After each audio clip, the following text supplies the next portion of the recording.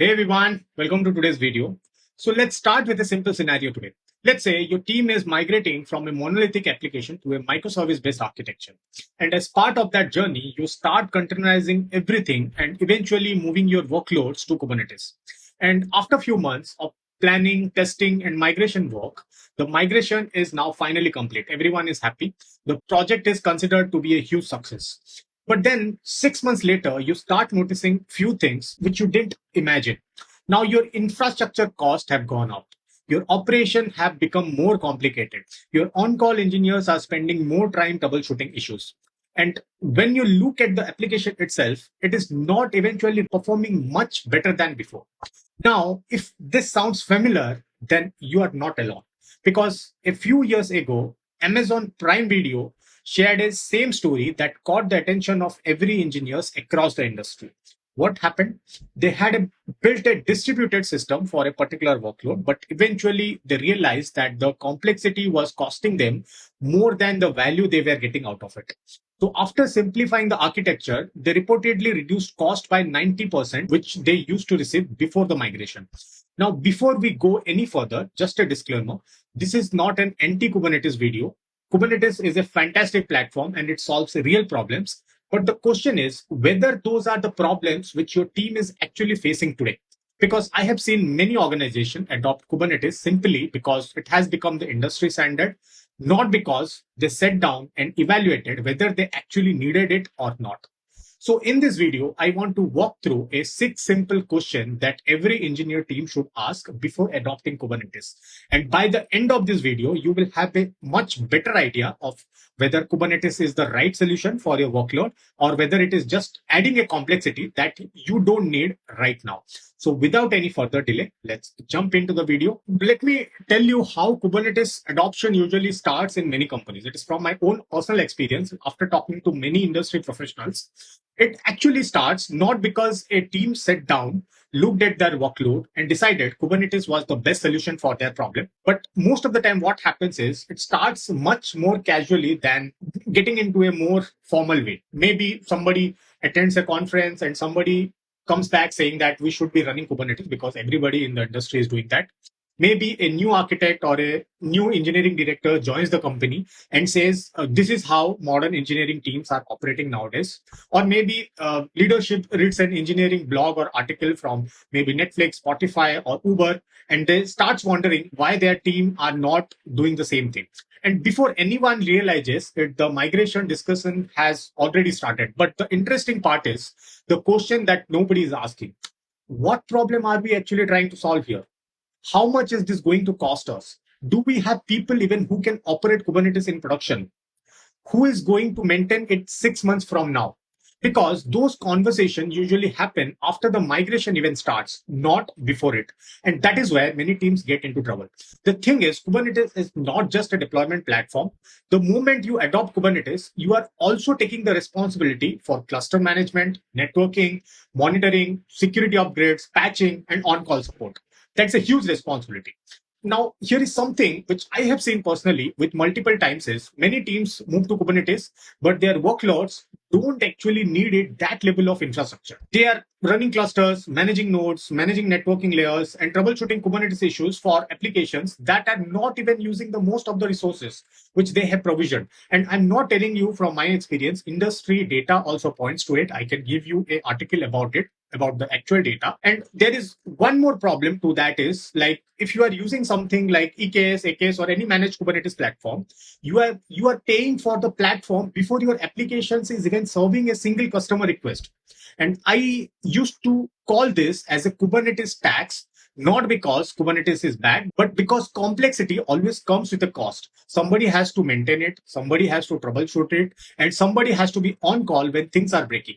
So the real question here is not that can we run Kubernetes, because most of the teams can do it. More people are capable of handling it in today's era. The right question here is, should we even run Kubernetes? At this point, you might be wondering if Kubernetes is not always the right answer, then how do we decide whether we actually need it or not? Well, before moving to Kubernetes, I think every team should have to answer these six simple questions. And the important thing here is to answer them honestly, not just hypothetically, not based on what you want for the organization to be 6 months from now, not based on what other companies are doing, but based on the reality of your team today. And in my opinion, this is probably the most important part of the entire video, because if you can answer this six question honestly, you will have a much clearer idea of whether Kubernetes is solving the real problem for your organization, or whether you are just adding a extra complexity layer that you don't even need it.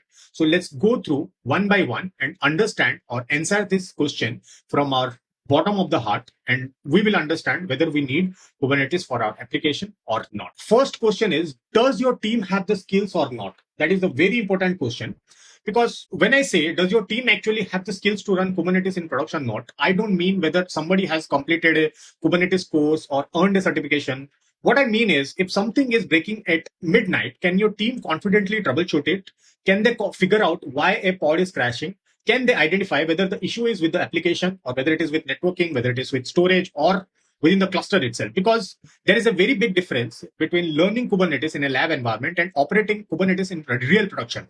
And there is nothing wrong with not having those skills today. Every team starts somewhere and every team is different. But if the expertise is not there yet, my recommendation would be build those skills first. Let people get comfortable with the platform, with the technology, run smaller workloads, do some exercises or workshops, work with some external vendors, gain some operational experience, then think about moving your critical production applications. Because learning Kubernetes during a production outage is probably the most stressful way to learn Kubernetes itself in 2026. The second question is, are your service actually independent? Many organizations say that they have microservices, but when you start looking at the architecture, you find that almost every service depends on another service. There might be sharing the same database, maybe database is a single point of failure. They might be using the same message queue, or maybe one service cannot function unless the other service are healthy. Now, if this is the case, think about what happens when one of those services goes down.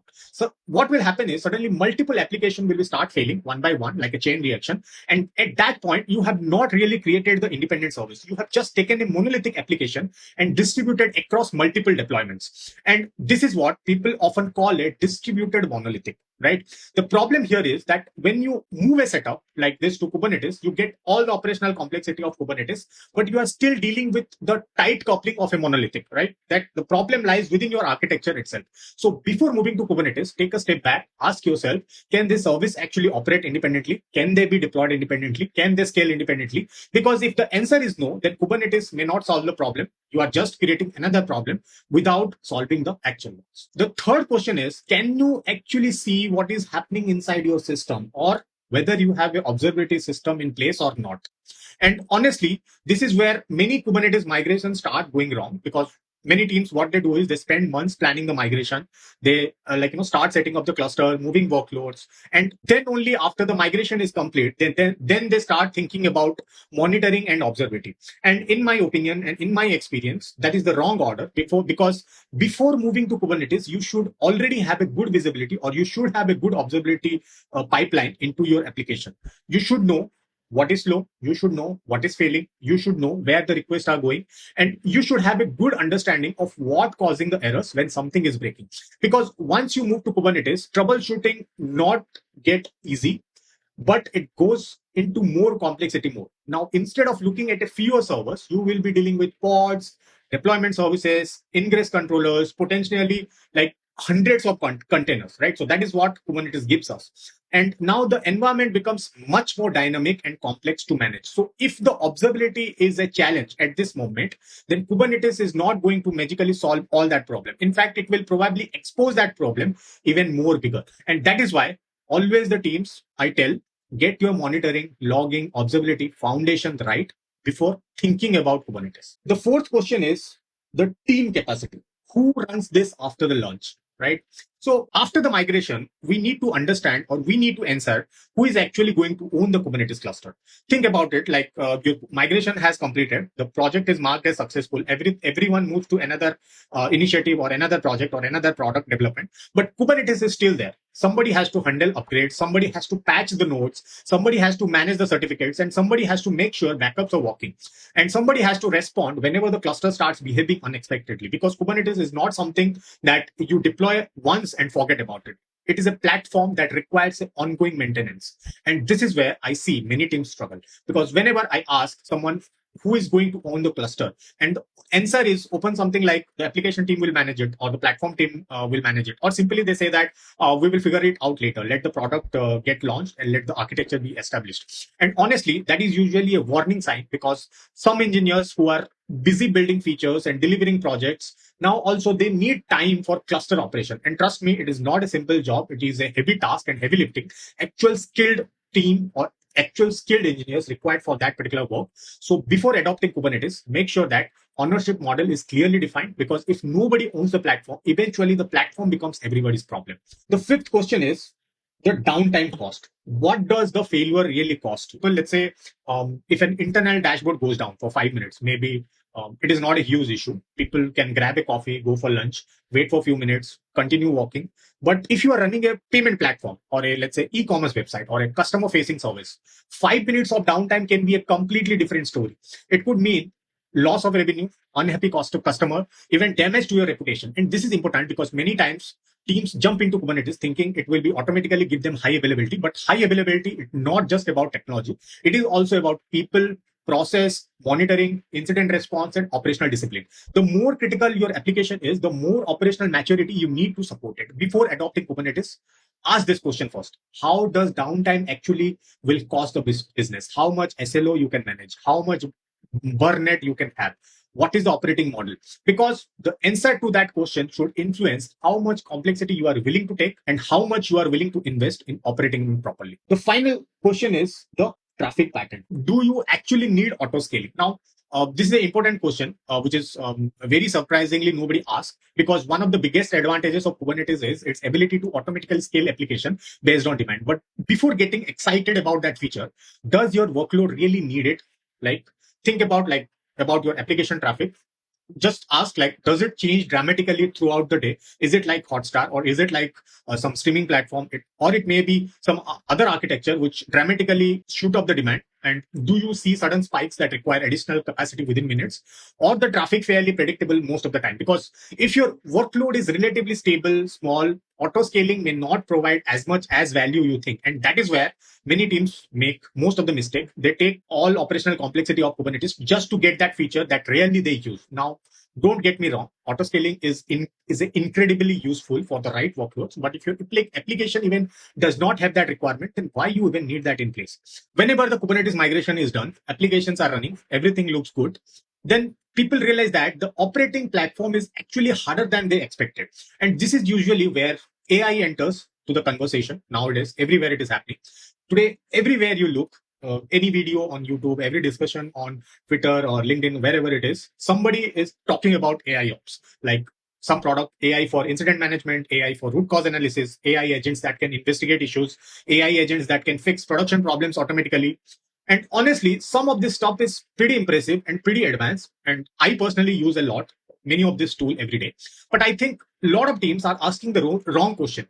They are asking, like, how do we use AI to manage Kubernetes? When the better question may be like something like, do we actually understand our Kubernetes environment first? Because think like this, right?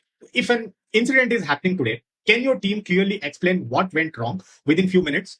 Can they identify the root cause within few seconds? Can they explain why a particular fix worked, why a particular fix does not work? If the answer is to all this question is no, then I'm not sure AI should be making production changes on your behalf or not, because your engineers are not able to answer these things properly. How AI can work for you? AI can only take the inputs from your engineers if they know it already. And all the reason is very simple, because AI only knows what it can see. It can look at your logs, it can look at your metrics, events, traces, whatever data you give it. But if that data is incomplete or misleading, the AI can reach to the wrong conclusion. And unlike humans, it can act like on that conclusion almost immediately. One bad signal comes within the data, the AI thinks it found the problem, it takes an action, and suddenly you have automated the mistake. Now, for an internal application, maybe that is okay, the impact is small. But if you're running a payment platform or customer facing service, that's a different conversation altogether. So my view is pretty simple. First, understand the system, then build a good operational practice, build a good runbook glossary, and automate few of the processes. And only after that, start automating things using AI. Because AI is a multiplier. If your processes are good, it can make them even better. But if the foundation is weak, AI can only help to create problems much faster. And that is something a lot of teams are discovering right now when we speak. So what is the takeaway from all of this? Always remember, Kubernetes is not the problem. The problem is adopting Kubernetes before your team is even ready for it. Before making that decision, ask yourself those 6 questions. First, try to understand, do we have the skills? Second, try to understand, are your service actually independent? Third, try to understand, do we have good observability pipeline in place? Fourth, who is going to own and maintain the cluster once we migrate to Kubernetes? Fifth, how does downtime will cost the business? Sixth, and the final, ask yourself, do we really need autoscaling feature from Kubernetes? If some of these answers make you uncomfortable, then that is absolutely okay. But don't try to ignore them. Fix those gaps first, then think about Kubernetes. Because Kubernetes works really well for the teams that have the right foundation in place. The teams that struggle are usually not the teams that adopted Kubernetes. They are the teams that adopted too early and expected it to solve all the problems that were never related to Kubernetes in first place. So first, build the foundation, then add the complexity when actually needed. Now, I'm very curious to hear from you that if you are already running Kubernetes in production or not, and what's have been the biggest pain point for your team while managing it, whether it has been networking, whether it's been observability, whether it has been upgrades, or just operational complexity in general. Let me know in the comments. If you want us to drill down or talk about more problems in such context, then let us know. We will happy to make such contents in future. And if you found this video useful, consider subscribing to Build in 10 for more such videos in future on DevOps, cloud, SRE, and real world engineering lessons. With that, we end today's video. Thank you for watching. See you in the next one.